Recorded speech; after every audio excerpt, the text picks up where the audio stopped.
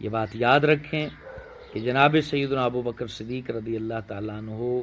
آپ کی بے ادبی کرنا انسان کو بے پناہ نعمتوں سے محروم کر دیتا ہے، اور سب سے بڑی نعمت تو ایمان ہے، ایمان ضائع ہو جاتا ہے۔ میں حیران ہو جاتا ہوں کہ آج کل کے لوگ جو ہیں وہ جناب حضرت سیدنا ابو بکر صدیق رضی اللہ تعالیٰ عنہ آپ کے لیے یہ ثابت کرنے پر تلے ہوئے ہیں کہ وہ معاذ اللہ دل میں حسد رکھنے والے ہیں یا آل بیت کا حق غصب کرنے والے ہیں۔ مجھے بتائیے کہ قرآن مجید فرقان حمید نے تو واضح طور پر فرمایا کہ یہ جو رسول تمہارے پاس آئے ہیں یہ یزکیکم، یہ تمہیں پاک کرتے ہیں،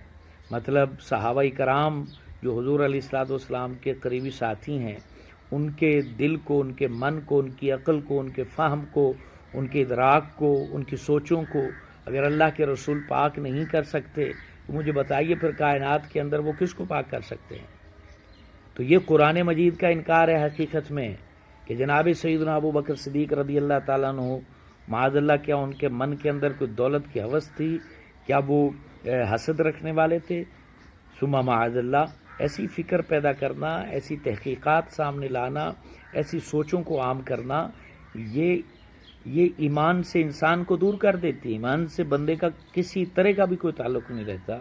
ایسی ہستی کہ جو ہر وقت حضور سرور کائنات صلی اللہ علیہ وسلم کے ساتھ رہے، جنہوں نے تن من دھن سب کچھ حضور پر لوٹا دیا، جنہوں نے اپنی تمام خواہشات حضور جان عالم علیہ السلام کے قدموں میں رکھ دیں، جنہوں نے اپنی زندگی کے تمام ارمان حضور صلی اللہ علیہ وسلم پر قربان کر دیے، جن سے نبی پاک ہمیشہ خوش رہے، جن سے اللہ خوش ہے اور خوش رہے گا، جن کے لیے جنت کے 8 دروازے کھول دیے جائیں گے، جو اسلام کو جب بھی مشکل وقت آیا وہ آگے آگے کھڑے دکھائی دیے، کعبے کے پاس کھڑے ہو کر جنہوں نے اللہ رسول کی جو ہے وہ حمد بیان کی، حضور جان عالم کی تعریف کو بیان کیا، حضور کی محبت کے جو ڈنکے ہیں انہوں نے ڈنکے کی چوٹ پر بجائے، انہوں نے اپنے جو ہے وہ تمام رشتہ داروں کو چھوڑا، حضور جان عالم علیہ الصلوۃ والسلام کی محبت میں وہ پیش نظر آئے۔ مجھے بتائیے اگر ان کا من صاف نہیں ہے تو پھر کائنات میں کس کا من صاف ہے؟ حضرت سیدنا ابو بکر صدیق رضی اللہ تعالیٰ عنہ کو ماننا یہ ہر مسلمان کے لیے ضروری ہے،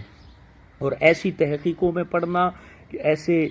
شک و شبہات کو جنم دینا کہ جس سے یہ بات سامنے آئے کہ معاذ اللہ یہ نبی پاک کے گھرانے سے مخلص نہیں ہے، تو مجھے بتائیں کہ جس نے سب کچھ حضور صلی اللہ علیہ وسلم پر قربان کر دیا وہ حضور کے گھرانے کے ساتھ مخلص نہیں ہوگا تو پھر کائنات کے اندر کون مخلص ہوگا؟ لہٰذا جناب سیدنا ابو بکر صدیق اور جملہ صحابہ کرام، حضرت عمر فاروق اعظم، حضرت عثمان غنی، حضرت علی المرتضیٰ شیر خدا کرم اللہ تعالی وجہ الکریم، اور تمام صحابہ کے دل سے عزت کیجئے، ورنہ